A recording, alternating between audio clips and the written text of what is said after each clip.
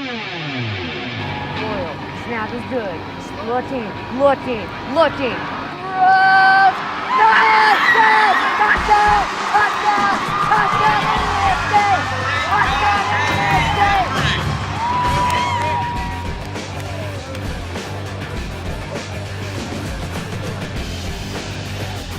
Welcome back to the Curt Mallory Show as Indiana State preparing for the Illinois State Redbirds after a thriller in triple overtime against the South Dakota Coyotes with the Sycamores coming out on top. Great to have you with us, everybody. I am Luke Martin alongside the head coach, Curt Mallory.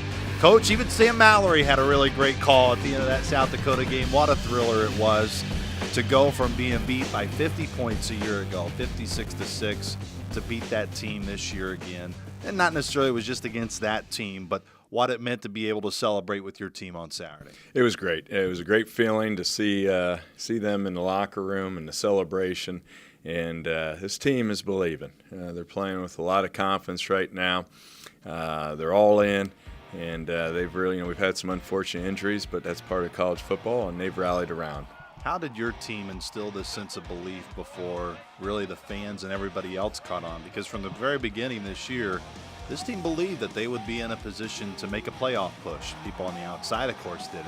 But what was it that you and your staff continued to do over the summer, and really even dating back to after the UNI game last year, of instilling that belief, despite maybe there not being evidence? Well, we knew we had a good core last year, guys that came out, played hard regardless of the record. When the season was over, we had 12 seniors, and felt like this was a group that we could build around. They've done a tremendous job of leading this team. It's been an all-in mentality. They've worked extremely hard, and it started right after the UNI game, and went into the off-season. Coach McManus did an outstanding job with these guys, getting them bigger, getting them stronger, and it built confidence. It built confidence through spring ball, built confidence for them throughout the summer, and obviously through camp and going into the season. And but it wasn't something that was just happened. It was something that they worked towards.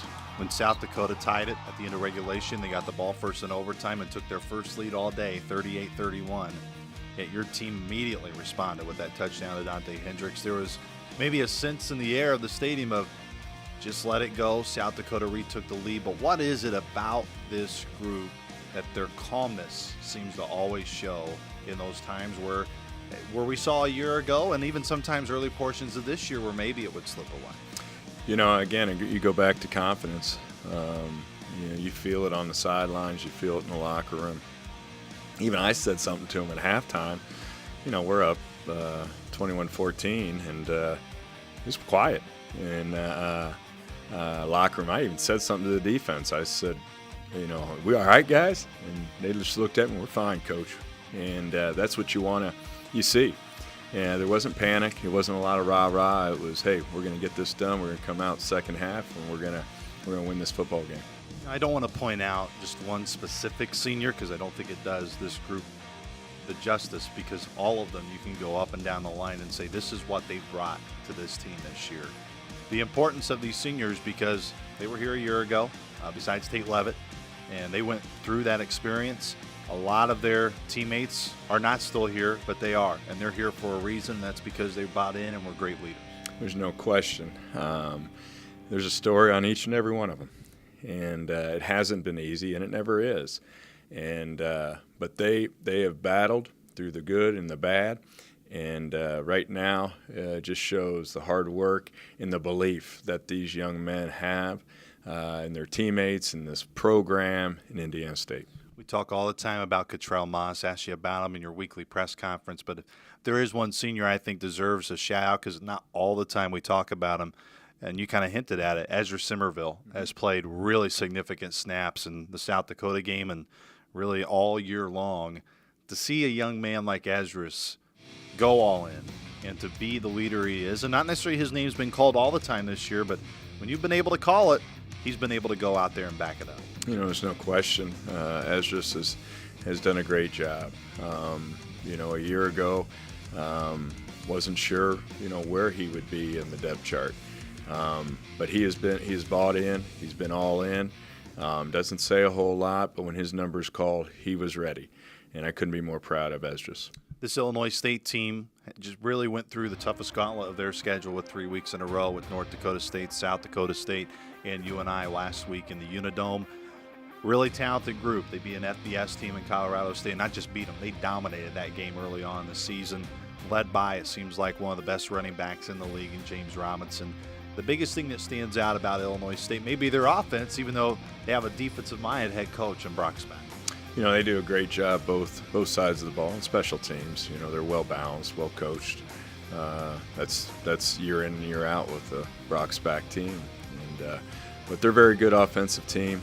They're very well balanced, run the football, starts up front, got a great offensive line. Defensively, obviously, they do a great job. Linebackers are really good, probably one of the better secondaries in our conference. But, you know, they got some active guys up front as well. Knowing the excitement of this program is building, we've had 5,000 or more fans at each and every home game. Expect the same this weekend against Illinois State. For you as the head coach of this program, how do you manage that? Maybe now more people are starting to notice what you're doing, which is a great problem to have, but also maybe trying to, even though I think your guys have done an outstanding job in handling the continued rising expectations throughout the season, but is there much you have to say to them, knowing that there is a lot more eyeballs now, maybe more people are starting to pat you on the back and still trying to keep that blue-collar workman-like mentality? Well, you know, going into last week, I thought we had our best week of preparation. You don't just do that unless you're focused. They came out Tuesday. I mean, I don't want them to be all tight and tense, but when the ball is put down, it's time to work. And that was the workman attitude that they had last week. That was the focus that they had, the preparation that they put in Tuesday, Wednesday, Thursday, Friday up until game. Got to have the same type of week this week. Coach, appreciate the time. Good luck against the Redbirds, and we'll catch up with you next week. Okay, thank you. Once again, that was head coach Curt Mallory. For more on Indiana State football and their matchup with Illinois State on Saturday for a 1 o'clock kick, stay right here at GoSycamores.com.